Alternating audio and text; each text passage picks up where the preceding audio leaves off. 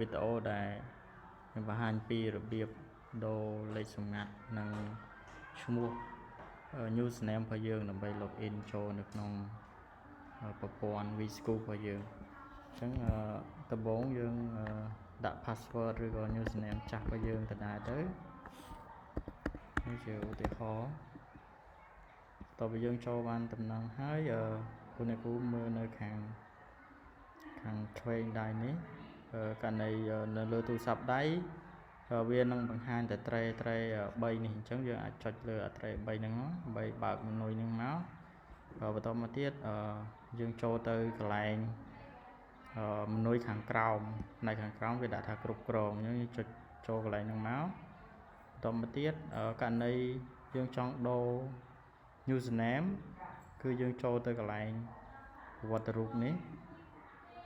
បន្តមកទៀតកន្លែងនេះជា username គេដាក់ថាឈ្មោះអ្នកប្រើប្រាស់អញ្ចឹងឈ្មោះអ្នកប្រើប្រាស់នេះយើងអាចដូរបានបន្ទាប់ពីយើងដូរហើយគឺពេលដែលយើង login លើក្រោយគឺយើងត្រូវដាក់ឈ្មោះថ្មីដែលយើងបានដូរហ្នឹងករណីមួយទៀតយើងចង់ដូរលេខសម្ងាត់គឺយើងអាចចុចកន្លែងផ្លាស់ប្ដូរលេខសម្ងាត់នេះក៏បានឬក៏យើងចុចនៅខាងក្រោមនេះក៏បានអញ្ចឹងយើងចុចចូលកន្លែងផ្លាស់ប្ដូរលេខសម្ងាត់នេះមកអញ្ចឹងកន្លែងនេះគឺយើងដាក់លេខសម្ងាត់ថ្មីដែលយើងចង់ដូរព្រោះឯករណីខ្លះយើងអត់ចង់ឲ្យ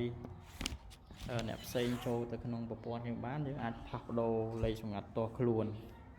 ងអញ្ចឹងទៅអញ្ចឹងយើងដាក់លេខសម្ងាត់ថ្មីមកហើយលេខសម្ងាត់ថ្មីនេះទាមទារឲ្យដាក់ចាប់ពី5ខ្ទង់ឡើងជាអក្សរឬក៏ជាលេខបានដូចគ្នាអញ្ចឹងខ្ញុំដាក់ជាលេខទៅណា